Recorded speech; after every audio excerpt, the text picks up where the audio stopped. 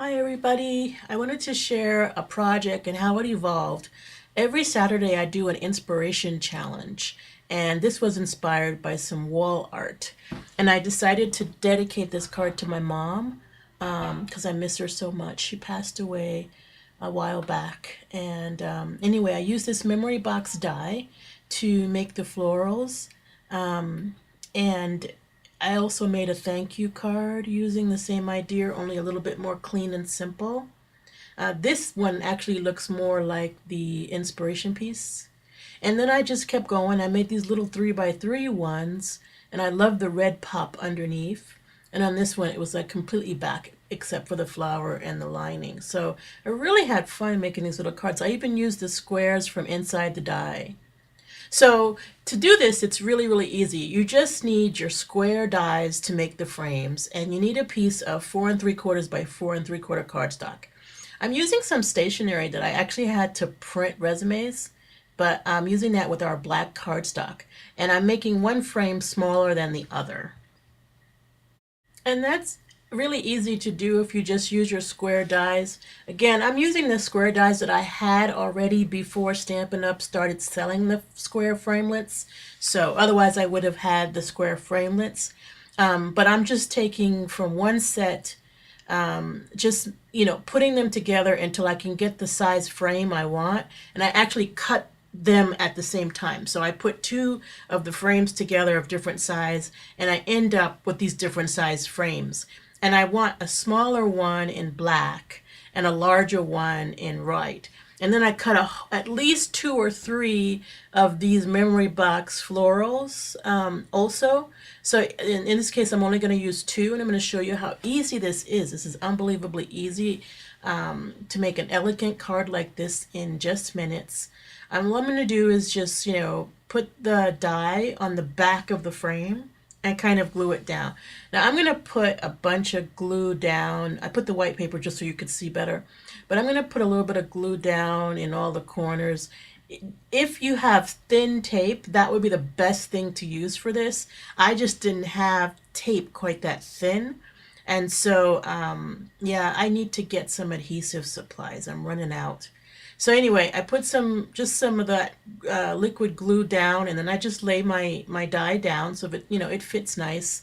And then I do that, kind of alter the way it's laid down so it's not the same. And I kind of cut the extra away. And so whatever size square you have, you might do this a little bit different. You might end up with more die cuts. In this case, since this is such a small square, that square is like 2 by 2. It might be 2.5 by 2.5, but because it's that size, I only needed 1.5 pieces of the die. But the bigger your square, and you'll see at the end, I'm going to show you how to do a shadow. Well, I'm going to show you my shadow boxes that I made, which were a lot bigger. But bigger just means you're going to have more pieces of die to glue down to the frame. And basically, you glue and tape your die down to the frame so that it doesn't, fall apart on your card later on. So you could see that I'm kind of being sloppy. That was really easy to do. I see a little piece of tape there on the left that I'll just fold back, and ba-ba, there's my focal point. Now I want to take that focal point and I'm going to include it with this, but first I'm going to put a sentiment on the bottom. So I'm actually going to handwrite this, and I think since this is a very personal card, it's dedicated to my mother who passed away. I think I wanted to do it by hand anyway, even though I do that a lot. In this case, it was even more important because it was such a sentimental, such a personal kind of a card I was making. Every Mother's Day, it makes it hard because I really miss my mom. So anyway, I'm writing out mother. I'm just using our journaling pen, the Stampin' Up! Journaling pen, to do that. And now my frame is ready. And so I'm going to flip it over and I'm going to tape the black one to the white one. So this is so easy. I mean, I don't think you could do much, you could do many designs that are easier than this. So now I just kind of look at it to make sure it sits right inside there so that there's an even black frame around the edges.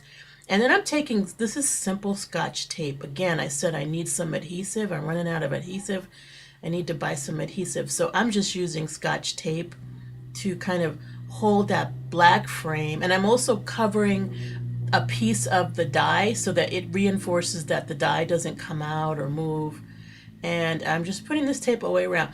And I'm sure if you do it, you're going to do it so much better because you're going to use tape that's thinner. You're not going to use Scotch tape. And, so I'm kind of jerry rigging this because I don't have the right supplies. And I'm sure you can do it much better with the right supplies. And then I'm just tearing the tape. A lot of time when it comes to the inspiration challenge, I just use whatever I have close to me because literally I'm looking at a picture and I'm being inspired by it. And I really don't have a lot of time between my inspiration and the collection of materials to execute. Otherwise, I can forget the design. So now I'm going to use stamping dimensionals to mount this on the front of the card. And stop laughing at me. I know that's what you're doing. Boy, she doesn't even have any stamping dimensionals, you're saying to yourself, right? Yeah, I'm running out of them too. So I'm going to actually put in an order today for some red tape, some stamping dimensionals, some, a pop-up tape. I need a whole bunch of adhesive. Yeah, I don't know how I let that get really low. So I'm just kind of tearing off pieces of the edge. We're at the bottom of our supplies, but we're making it happen. And I'm just putting stamping dimensionals all around. If you're using mounting tape, it'd probably be a whole lot easier just to pull a strip of the mounting tape and then cut it to the right size. It would be neater under there, but nobody's gonna look under my focal point, so I'm not so much worried about it.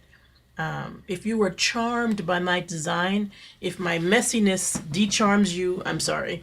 But sometimes it's like that. You do what you have to do, So I'm going to put this right in the middle of the front of the card. And basically, guess what? It's done. Super easy, but yet very elegant card. And you could definitely add to it. Like you saw one of them that I added flowers around the edge in the opposite color. So that's a good idea. Now, here's the thing I want to show you that I love. I decided to make a shadow box insert out of this. So I just used my cutter and cut a square in the middle of the white one and then cut a square in the middle of the black one. And then I said, hey, let's use Stampin' Up! Products too. And so I decided to use the Butterfly Framelits and made a shadow box for my wall. I actually ended up making 3 shadow boxes, so they'll be on the wall in a set of 3. I'm sorry, you're looking at my camera in the reflection. But yeah, it was a really fun project that went from a card to a mini card to a all the way to being a shadow box. So it's amazing what you can do when you allow yourself to just be inspired and play with whatever's in your room and just have fun. I enjoyed using just 2 colors here too. Made it kind of easier for me, less stressful. The black and white, but the pop of red was also fun too. The quarters are to show you how small those are. Those are nice little gift box size. And here's the shadow box. Now I took the glass out in order to photograph this because otherwise it would be too much glare. And then I put my iPhone in the picture so that you could see how big it is. So enjoy, try it yourself.